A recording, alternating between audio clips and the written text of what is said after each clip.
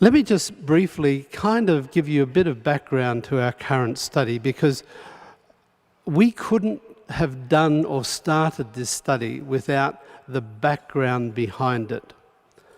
And I'd mentioned this morning about Dr. Mervyn Harding in the early 1950s doing his research at Harvard University on vegetarian diets that really laid the groundwork for what we are doing today. If you go back to the 1950s, there was a lot of skepticism about vegetarian diet and the Adventist lifestyle, as we call it today. And there was a somewhat, from what I recall, and I've listened to presentations on video by key researchers back in the 1950s who said there was a great deal of reluctance from the top administrations at the General Conference. And I want to share some of the latest findings from our current study, Adventist Health Study 2. Looking very good. Well, let me tell you, I'm glad they let Loma Linda go ahead, and I'm glad that we've done the research, because it has come up looking very good. And I think we can praise the Lord for his guidance and his blessing, and for the wonderful health message that we've been promoting now for 150 years. And not only have we been blessed, but our families, our communities, the world has been blessed because of this. So just looking at this particular slide, you can see there are three major studies. There's what we now call them different names to what they are originally called, but we now call Adventist mortality study, the one that started in 1958, because at that time we were just looking at mortality as an outcome.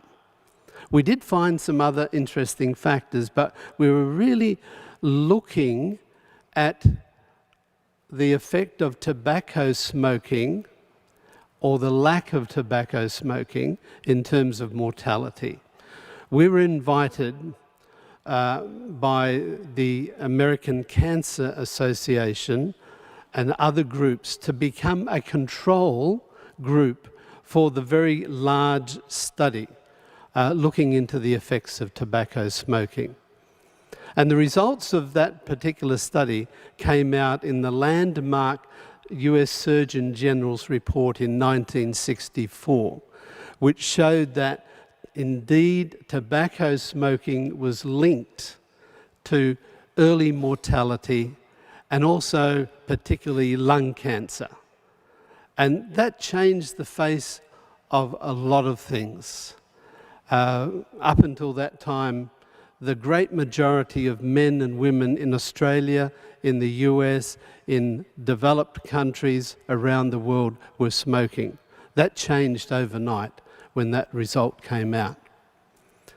Now, the Adventist health study, or the mortality study, was right up there amongst a number of other key studies showing that indeed people who did not smoke had a much lower risk of particularly lung cancer, but other cancers as well. As those results came out, it became very apparent there was something that Adventists had, apart from not smoking, that seemed to make a difference. And so there were a number of people, particularly Dr. Jan Kuzma and Dr. Roland Phillips at Loma Linda.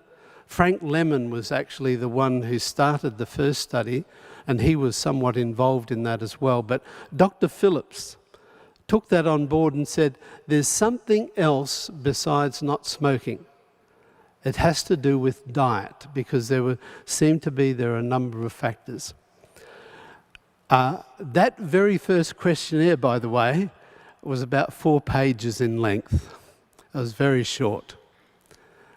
So in 1974, Dr. Phillips was awarded a National Health Institute grant to conduct the second study, which we now call Adventist Health Study 1. We were only looking at Seventh-day Adventists. We weren't comparing them to the general population per se. We ended up doing that in a number of instances.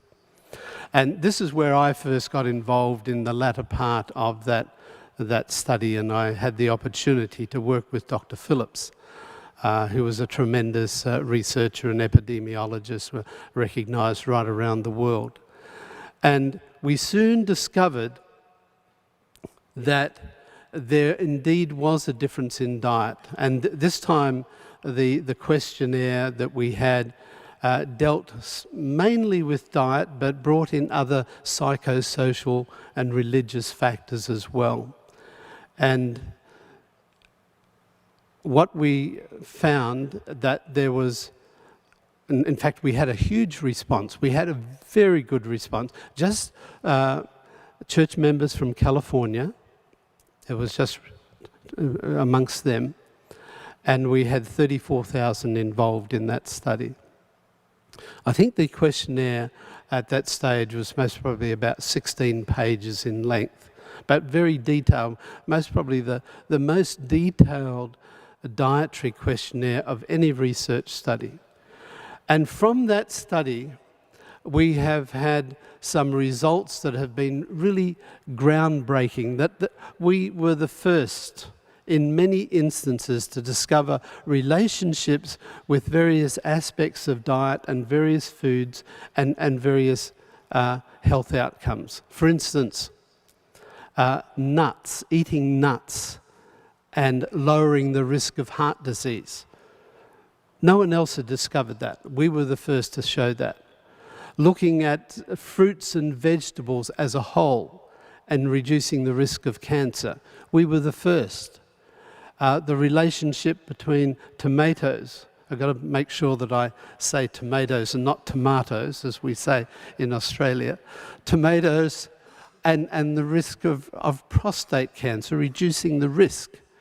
A number of areas where there were major reports come out that have since been confirmed by other major studies. So we were kind of setting the pathway in many respects. And this was the study that really showed that Adventists in general lived longer than the population of North America, of the US, or particularly California at that time. Perhaps up to 10 to 12 years difference. And basically it was down to lifestyle. It wasn't genetics. A lot of other researchers said, oh, you're so inbred that, you know, it's part of the genetic pool. No, that's not the case at all. And it was because of lifestyle. And what we like to say is that anyone, you don't have to be a Seventh-day Adventist, but anyone can have that kind of lifestyle that reduces the risk of disease and gives you extra years of life, of longevity. So for a number of years, Dr. Fraser continued on, and we now have, I think, over 350 publications. This is scientific publications from those first two studies. And you can find all of those listed on our website, adventisthealthstudy.org. Then we started this third major study. Let me mention, just backtrack here. If you can see the slide there that's got Adventist Health and Smog study. This was a subset of our Adventist Health Study 1, and I was very much involved in all the data collection for that particular study, and we had 7,000 of our major group who were involved in that, where we were looking at the environmental effects of smog. And as we have changed the kind of the face of public health policy, health guidelines. We help do that with our Smog study in terms of the environment, cleaning up the environment. So from our particular studies and from our findings, there have been a lot of policies that have been now adopted by the government, not just based on our research alone, but we were often at the forefront, but confirmed by other studies that have made a difference in terms of policy, not only here in North America, but in Australia, where I come from, and around the world. And the dietary or the food guidelines in many countries today go back to some of this original research in terms of the abundance of whole foods and fruits and vegetables and whole grains, that kind of thing. It comes out of some of our studies. Anyway, the Smog study is still ongoing. We're in a second or third phase of that, still looking at environmental effects. But then in 2002, I was invited by Dr. Fraser and Loma Linda to come from Australia and join the start of this new study, and I was very excited to do that. It's been one of the highlights of my career, and I was principally involved right at the beginning in terms of the recruitment and the promotion of the study, and travelled quite a bit around North America in doing that. But on the ground in the various conferences, we had key people at churches and at conference level who were promoting the study and enrolling the people, and I'm so grateful for all that wonderful support. Coming off that particular study is another subset which we call the Adventist Religion and Health Study. It's got another name as well, but we wanted to look in more detail at the effects of faith, of religion, of spirituality. This is a big area today. There's a lot of interest. How does faith actually affect our physical and our mental health status? And I covered some of the information this morning about that study. I'm not going to talk any more about that today. There is information on our website about that, and there will be some very interesting scientific publications coming out in the next couple of years on that.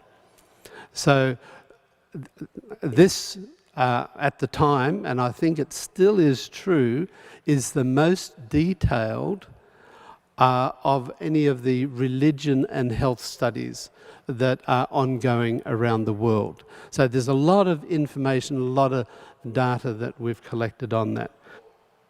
So in this particular study, once again, we're just looking at the Adventist population, and it's because of the diversity in diet. We really struggled in the beginning to let our membership know that we wanted everyone in the study. Didn't matter what their lifestyle, what their diet was like, because we knew there was a diversity in the diet, and we needed every aspect, the broad range of all of those in the study. If we just had vegans, total vegetarians in this study, we wouldn't have been able to get the findings we do. And as you see this today, you'll see that in some cases vegans may have a bit of an advantage over other aspects of vegetarian eating, but in others it may be other aspects of vegetarian eating. The picture is not totally clear yet, and it may still be that way, that they're on some particular outcomes, different diseases, some may be better off and others not so well off. But the overall conclusion, if I can say this, the more that you have of a plant-based diet, the lower the risk of many diseases, and also the opportunity to live longer and enjoy that quality of life. So we're looking at, in this particular study, particularly at the role of soy. soy protein, soy products, and we have a huge database on soy, much, much more than any other study is able to look at. We're looking at meats, we're looking at dairy products and dietary fats, we're looking at also various vegetables, and also body mass index. So these are some of the factors that we're actually looking at. And this, our current study is funded by the National Cancer Institute. I think now they have put in something like, over the 10, 12 years that we've been going, it's over $25 million that they've put into this research. It's the money for this research, in fact, all the other Adventist health researchers has come from government agencies. It hasn't come from Loma Linda. Loma Linda's helped in times of need, but it's come from government agencies who recognise that we have the ability to do some of this research that other groups are not able to do.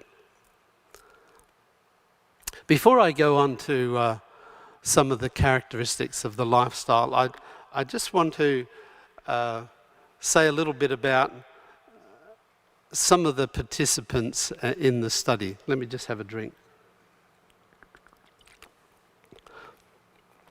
I mentioned this morning about some of our longest living Adventists who participated in this study or who are involved in this study. And if you know here in your communities, your churches, someone who's over 100 years of age and is involved in the study, please come and see me afterwards and just let me know. I mainly know some of the key ones from over on the West Coast.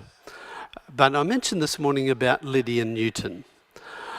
Someone came to me when we were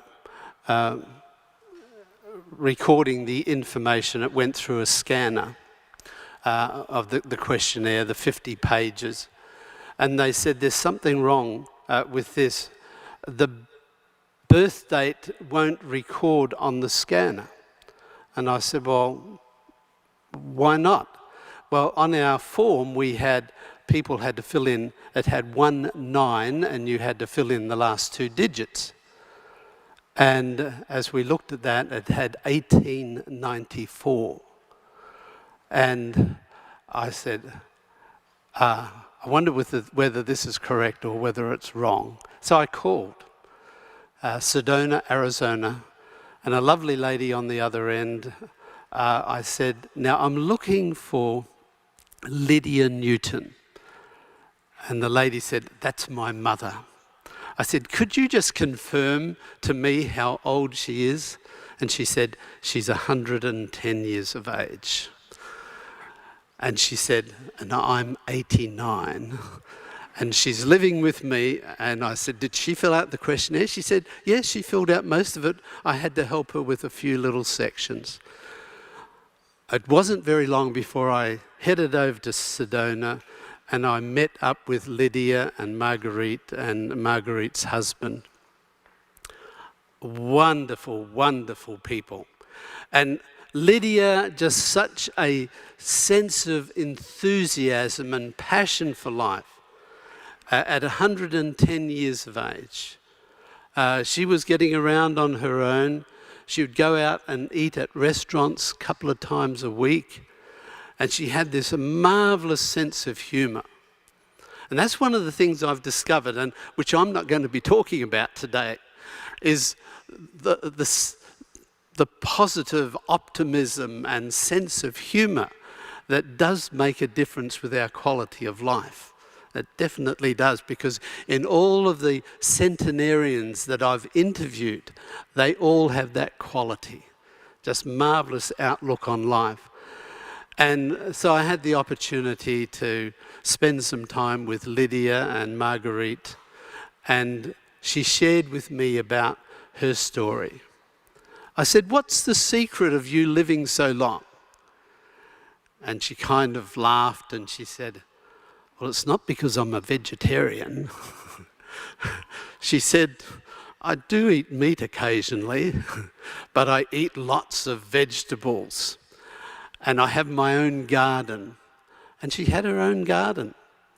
But as I listened to her story, she hadn't had an easy life. It was very stressful. With her husband, she lived in 57 different homes. And he died when she was 57.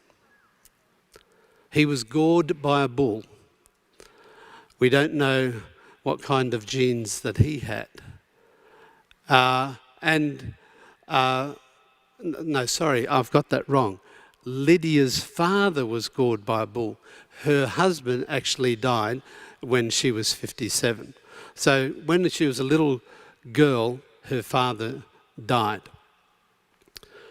In that family, there were 6 siblings. There were 2 girls and 4 boys. They all became Adventists. The ones that remained Adventists lived to, I think there were 3 of them, lived to 99, 104 and 114. The ones who had left the church, they died in their 70s and 80s. Anyway, Marguerite, I went and I celebrated her 111th birthday and then her 112th birthday with her. She had this vibrancy and passion for life. She had hardly been sick for much of her life. She was well. It was only in the last 3 or 4 weeks of her life that she spent in bed. And as I talked to Marguerite, she said, her mother was saying, please, Lord, just let me go to sleep. Please, let me just go to sleep. I want to be with you. And she passed away. One of the oldest living people in North America and indeed the world. Marguerite, I believe she's still alive. I've missed contact with her this past year. She is now 97 and she still drives her own car and doing very well. So there are other factors that are very important in promoting health. And I just wanted to mention that before we go on to the diet. So what we decided when we were looking at how to analyse the data that we had, we decided to group our participants into these 5 groups that you see here. 4 groups which we called vegetarian and then the non-vegetarian. And you can see the classification there. So the vegan are those who do not consume any animal products, any milk or eggs or meats like that. And then the lacto-ovo, they have eggs and milk, but not red or meats. And then the pesco are the ones who have fish as a part of their diet, but do not eat any red meat. And then the semi-vegetarians are kind of in between where they will have meat occasionally. And then the non-vegetarian, a similar kind of dietary lifestyle to the rest of the population. Although you'll see a little bit later, maybe not as close to the rest of the population as we originally thought. It's very interesting as we looked here in terms of age and dietary status. And you can see on this slide, we've got those 30 to 49, 50 to 75, and then 76 and older.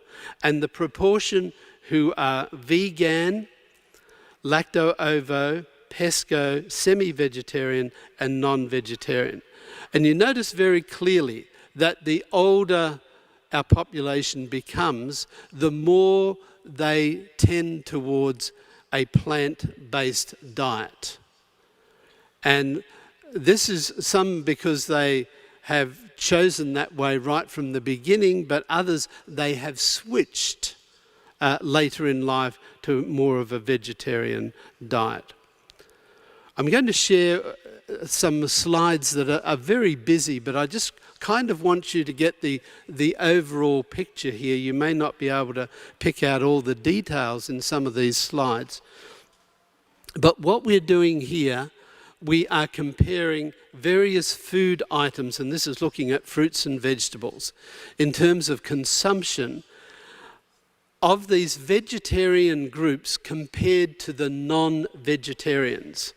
So if you see that line that's down the middle, that represents the non-vegetarians.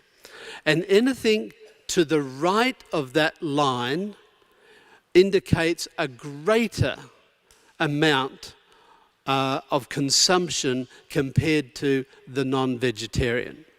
Anything to the left of that line indicates less than the non-vegetarian. So you can see here the blue line is the vegan, red is lacto, the green is the pesco, and the purple is the semi-vegetarian. So you can see here predominantly with all of these fruits and vegetables, the consumption of these are much, much greater than the non-vegetarian. Looking at starchy foods, you can see here whole grains. The vegetarians are eating much more than non-vegetarians, whereas on the refined grains, the non-vegetarians are eating more than the vegetarians. Then you can see mixed grains, sweet potatoes, a bit either way, white potatoes, and then you see the fried potatoes. So vegetarians eating much less of fried potatoes. The database that we now have, and Dr. Mike Orlich has been working on this particularly and published a number of papers, and there's some that are in the pipeline to come out in the next few months, has gone through in a very detailed way and created this database of the various food items. It's massive. We have more detail for such a large population than anyone else in the world. There may be smaller studies of 100 or 200 or 500 people that have perhaps a bit more detail, but on a large population of 97,000, there's no one to equal what we have. Looking at plant protein foods. So you can see here, except for peanuts, they're in the middle, where particularly the vegan eat a little less than the non-vegetarian. On all the other plant proteins, much, much more than the non-vegetarian. But looking at animal proteins, so here are the various meats and dairy products. You can see that the vegetarians eat much, much less, as you would think, of these various animal protein foods. Looking at fats, sweets and snacks, once again predominantly vegetarians eating less of these. One of the interesting things is about the coconut milk. You have the vegans and pesco vegetarians, vegans and pesco, who are consuming more of the coconut milk. And then in beverages, looking at coffee and tea and soda, fruit juice, alcoholic beverages and so on, much less for the vegetarian groups. So there are a number of specific foods or food groups that are playing a role in our dietary lifestyle. So when we are looking at this, we've got to be careful that we don't just sort of focus on, say, meat or red meat, for instance. We've got to control for the other factors in the diet that may have an influence on the outcome. So in our analyses, we are able to control for these other various factors. And as you see some of the results, you'll notice that. one of the things that we're able to look at, because we've asked the question, what was your predominant dietary lifestyle like at different stages of your life? When you were in childhood, as an adolescent, as a young adult, and virtually by every decade of life. So we have that information. And what we've discovered that 35% of our population are what we call lifetimers in terms of their diet. In other words, their diet has been consistent right throughout their life, 35%. And the second chart there that you can see the breakdown of that. The LT stands for lifetime. So you can see down the bottom, the largest segment is lifetime non-vegetarian, 24%. So they have remained non-vegetarian for all their life. The next largest is the lacto-ovo-vegetarian, 10%. And then the smaller ones, we have the vegan, pesco, and the semi-vegetarian. So we will be able to look at the effect not only of the current diet since the beginning of the study, but also the lifetime dietary effect, which may turn out to be somewhat different. Let me have a look at with you about BMI, body mass index, and mortality in Seventh-day Adventists. And this goes back from 1960 to 2010. And we've been able to do this because we've collected information asking participants, how much did you weigh when you were 10, 20, 30, 40, 50, and so on. And we can go back, and for those who have been part of the previous study, Adventist Health Study 1, and we have something like 7,000, I think, we're able to confirm that by going back to 1975. So we've got that history of weight.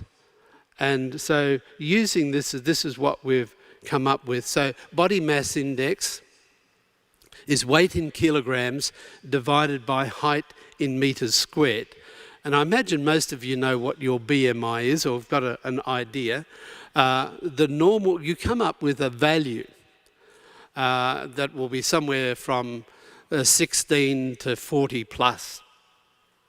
So here what we consider normal weight is 18.5 to 25. From 25 to 30, it's considered overweight, and then obese is 30 plus. Now we know that here in North America, and this is true in my country, we have an obesity epidemic. It's been going up and up and up, and it's not only older people, but it's the younger ones as well. There's a lot of concern about that. So it's really very, very topical, and I think we can contribute to this understanding and findings that will help in this. I showed a similar graph this morning.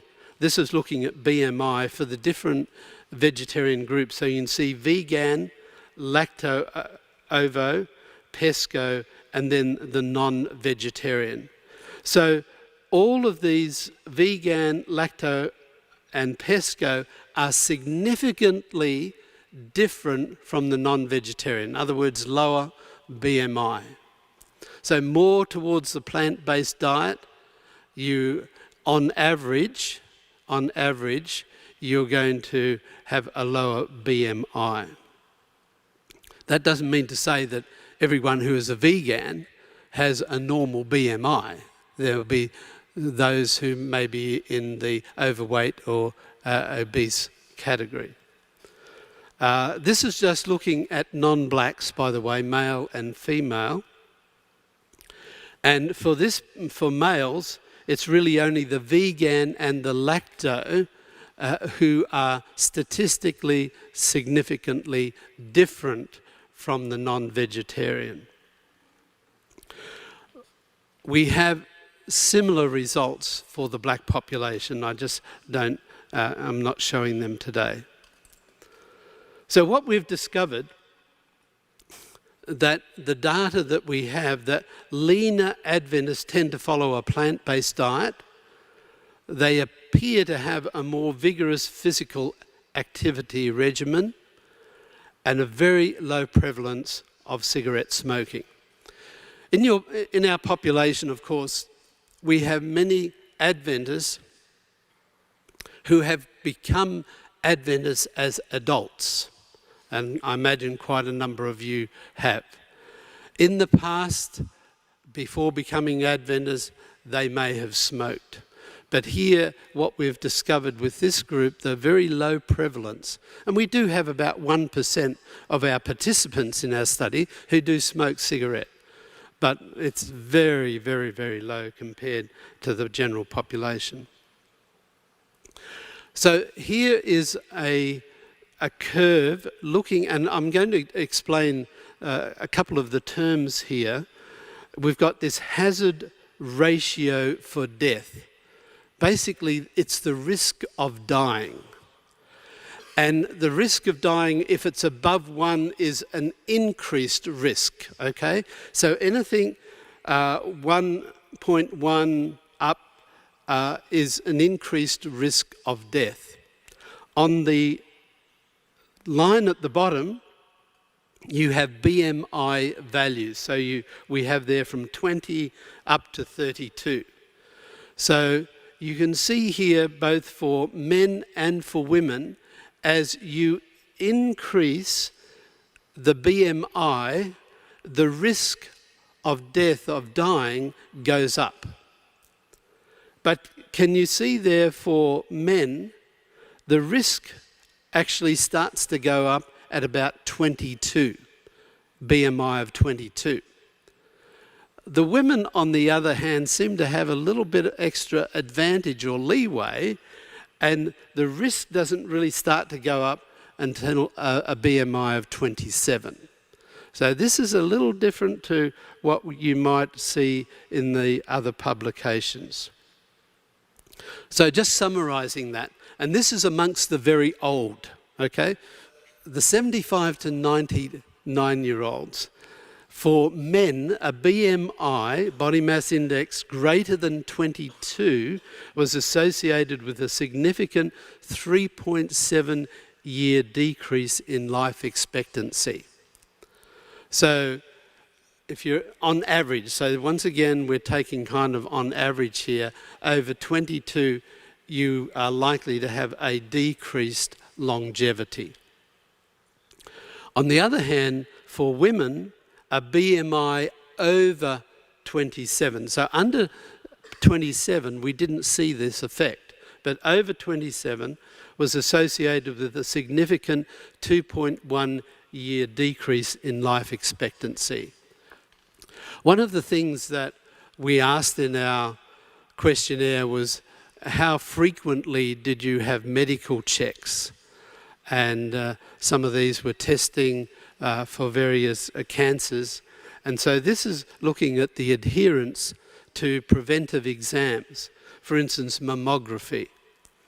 And this is very interesting to see here, that the non-vegetarians were more compliant with the preventive tests, then semi-vegetarian, pesco less, lacto, ovo less, and vegan less than 40% compared to the non-vegetarian. So we don't really understand why this is, but much lower adherence or compliance with the preventive tests by the vegan. And so in our analysis, we have to control for this. We've got to say, has someone who's been identified with a cancer, have they had these various tests or not? So this is one of the things that we control for. Looking for colon exam, and there are several ways to check for the problems with the colon, with cancer. there's a stool test looking for blood, the colonoscopy, and so on. So once again, you find that the vegetarians are less likely to be compliant or go and have these tests. And the same with prostate, looking at prostate. So I'm showing you this because we need to control for this in our analyses. But it's very interesting as to why maybe the vegans and the more total vegetarians are going to health clinics less often. I'm going to share with you now some of the cancer results. Recognise that these are preliminary results. This is looking here at this slide, and it's divided in two by that dotted yellow line. We're looking here at the hazard ratio or the risk. Okay, so once again, this is the risk of getting a cancer, not dying of cancer, but getting a cancer in the first place. Looking at both males and females combined with all cancers. So we're looking at all cancers here.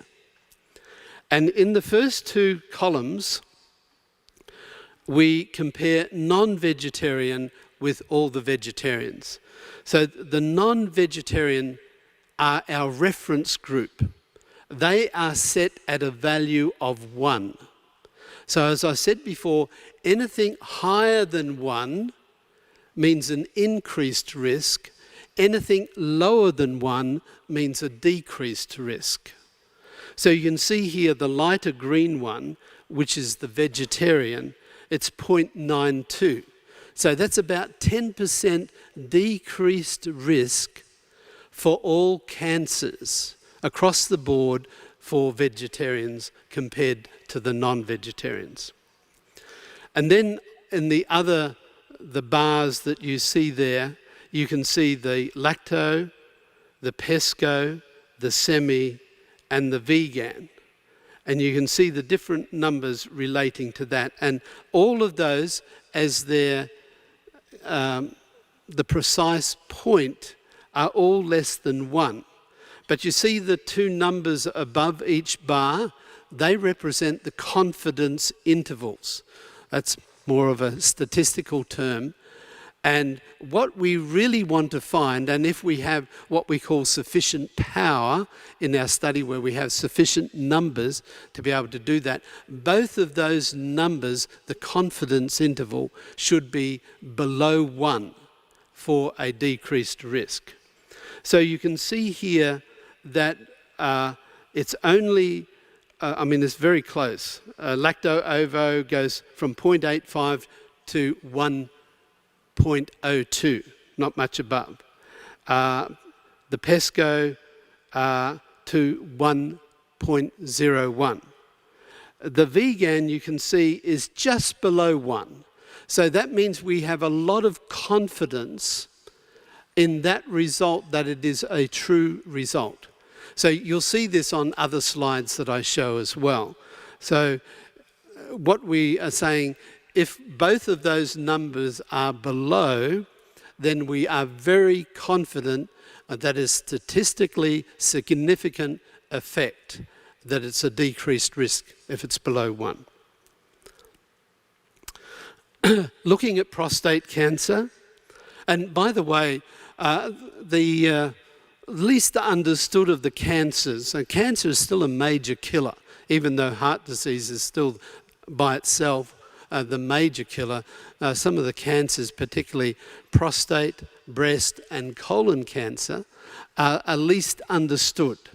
And we were specifically, or our mandate was to particularly look at these cancers. We are looking at other cancers. We are looking at diabetes. We are looking at some other chronic health outcomes as well.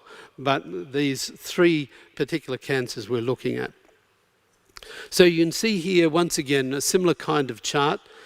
So here, this is males only. We're looking at prostate cancer. And it says not having BMI in the model. And down below, I don't know whether you can read that, it's hazard ratio adjusted by race, family history of prostate cancer, education, screening for prostate cancer, and the amount of calories consumed. So these are the other factors that are put into the analysis to control for those, because we know that some of those are likely to be related to the outcome we're looking at. So that this does not include BMI in this particular model. The next slide will. So you can see here, vegetarians as a whole have a lower point estimate in terms of the risk.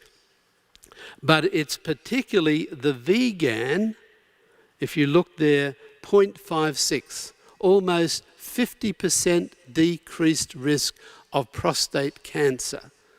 And it is highly significant. It's confirmed by that confidence interval there. This now is looking at BMI in the model. So we're now controlling for the effect of body mass index in this. We see similar kind of results here across the board, but once again, the vegan is even a bit lower here at this when we put BMI in the model. So it is very apparent from these particular preliminary results, and I must stress preliminary, it may change as we come to our full cohort and we have more cases involved in this. It may change a little, but it appears that vegans have a lower risk than the other vegetarian groups, even though some of them may be somewhat reduced. This is looking at both black and white, and you can see it's a similar effect even for the black population, where prostate cancer seems to be even higher prevalence. So a very similar kind of result. On the end there, this is preliminary, and I don't have the effect on the vegans, but I imagine that the vegan effect is also lower there for the black population. But you will notice that particularly for lacto-ovo vegetarians, blacks are down even further than the white males. Okay, let me look at breast cancer. This is looking at the full cohort. So this is looking at all the women in the analyses here. And you can see the diet in that first column: vegan, lacto, pesco, semi-vegetarian and non-vegetarian. And once again, we set our reference group as the non-vegetarian, and they are really set at a value of 1 for the hazard ratio. So you can see the number of cases of breast cancer. So this is pre- and postmenopausal cancer. That's all cancers. You can see here that the vegans have a hazard ratio of 0.65, which means it's a 35% decreased risk compared to non-vegetarians. And that is significant. The confidence interval there is below 1. Now, the others, except for the semi-vegetarian, their point estimates are lower, but they are not significant. Okay, so there's some other factors going on there, and it may be in our final results. This kind of study is a longitudinal study. It takes time to do. Unfortunately, we've got to wait until people are identified with these various cancers, or have a heart attack, or are diagnosed as diabetic. Because we basically start off with a population, or at least the people we analyse, as being disease-free from when we started the study in 2002. And because we know from our previous studies that Adventists have a lower risk of these diseases. They live longer. It just takes a little bit more time than perhaps some other studies to accumulate sufficient data that we can analyse. But now, on an average of about 7 years of follow-up, we are at that point where we have sufficient number of cases. And you can see in terms of the cases there of breast cancer, for the different vegetarian groups. We need to have sufficient to be able to do the analysis. In the next 12 to 18 months, I believe that you're going to see some of these key results come out not only in the scientific journals that we publish in, but also in the popular media and the press. They will be talking about what's happening with the Adventist health study at Loma Linda. You'll see some of these key results that I think will be really once again on the cutting edge, groundbreaking research discoveries that have not been made by other groups. When we look, and I'll go quickly through this here, when we look now at post-menopausal breast cancer, we can see that this risk profile changes. Although the hazard ratio, that risk value there, for most groups is below, except for the lacto-ovo, is below 1. It's most probably the pesco vegetarian that has the lowest risk in this particular case for postmenopausal. For premenopausal, you'll see here that none of these have a significant result, even though the point estimates, the hazard ratio is lower than 1 in the case of vegan and lacto. The value does not of the confidence interval includes the value 1. So these are not significant. We don't have a lot of confidence in those. It appears a lower risk. So there's obviously some other factors involved in the premenopausal that we may not be measuring here. But you'll notice the semi-vegetarian has a much higher risk, and for what reasons I don't understand, than the non-vegetarian. Okay, let's look at colorectal cancer. So this is looking at colon and rectal cancer, one of the major cancers today.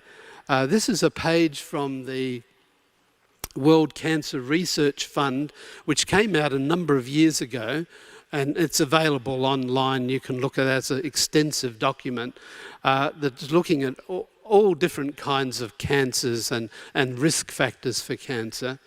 So here they categorise the information or the data or the evidence as convincing, probable, limited, and less, so on. So in terms of increasing the risk for colon and rectal cancer, already, and this comes from some of our earlier studies and other studies as well, red meat, processed meat, alcoholic drinks, body fatness, abdominal fatness, and the adult attained age. In other words, the taller you are, the higher the risk.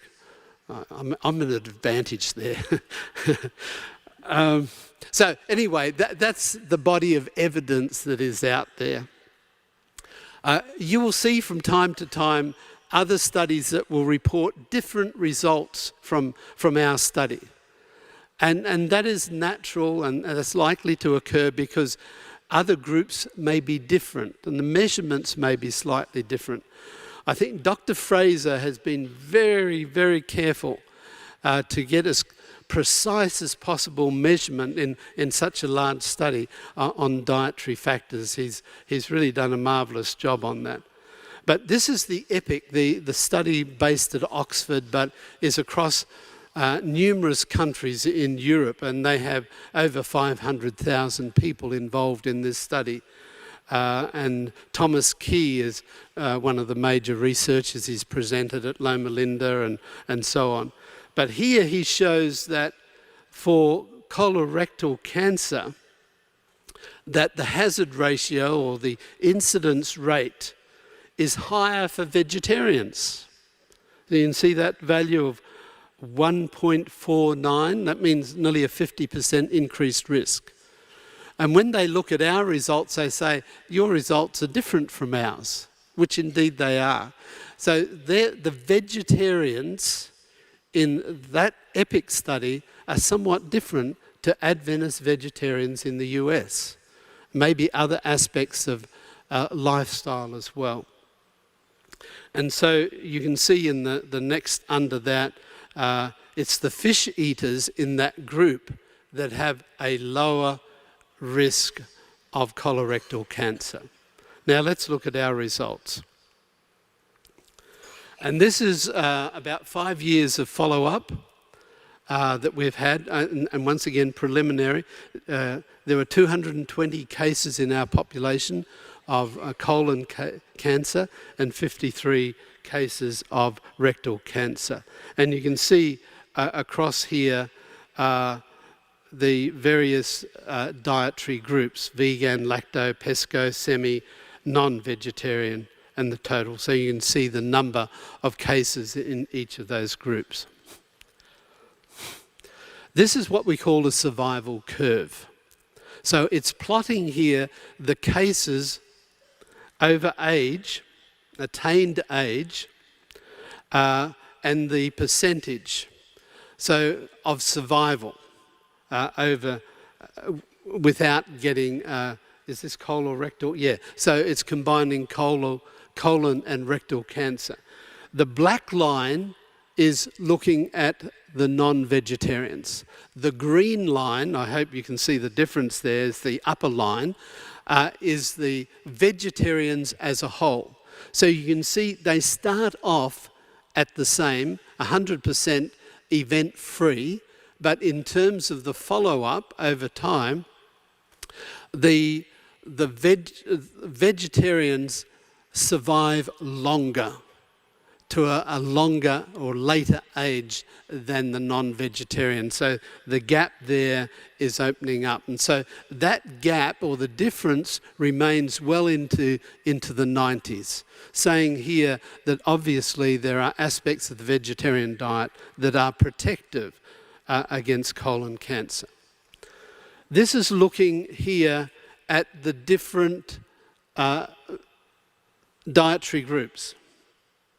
So the red here is the non-vegetarian, the black is the semi, the blue is the pesco, and the yellow is the lacto, and the vegan is the green. So you can see here that the lacto and the vegan are better than the other groups there. All right? Oh, sorry, did I say, no, the pesco, sorry. Pesco and the vegan are better than the others, but all vegetarian groups are better than the non-vegetarian.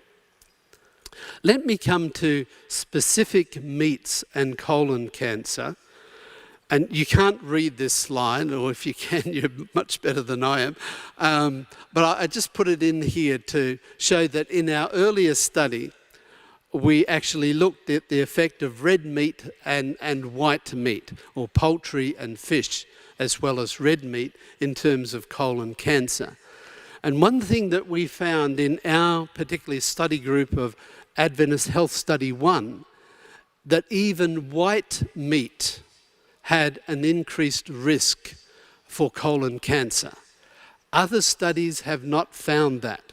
We have been quite unique in that respect, which leads some people to question, are your results valid?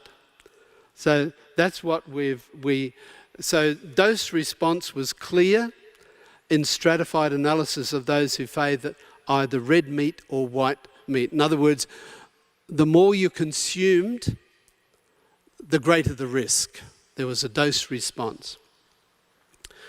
This is our current study, and you can't read this either, but the two lower lines indicate the amount of meat that is consumed on a daily basis. And basically, for our study population, we have very few who eat meat on a daily basis.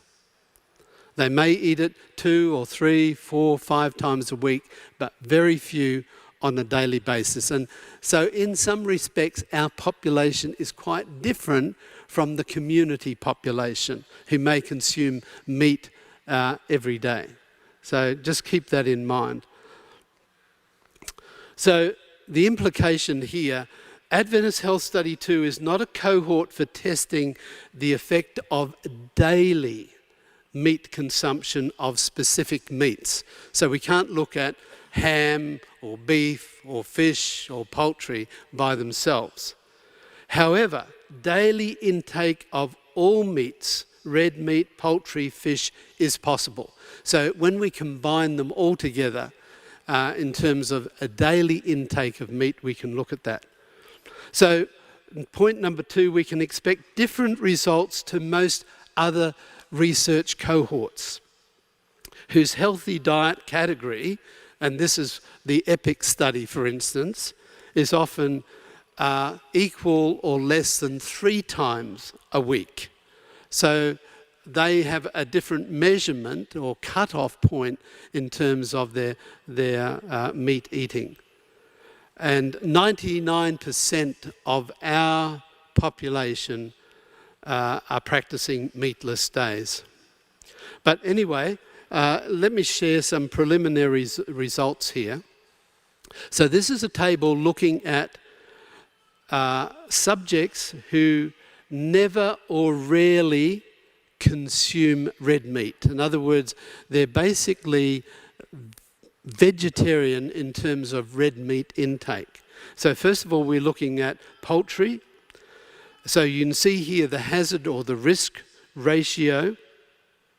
Never or rarely is a value of 1. So anything greater than 1 increases the risk.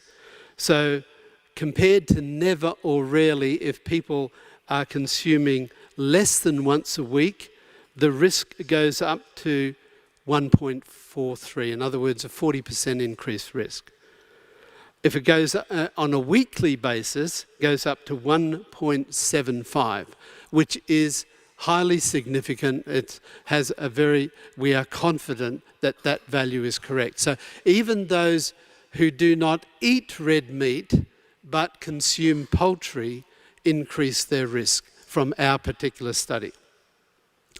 Looking at fish, so you can see here one set as the never eating fish, and they don't eat red meat, a set of value of 1. Less than once per week, it drops down to 0.89, and then 0.94 for weekly. So those results, we can't really say anything about those particular results there. We don't have confidence in that.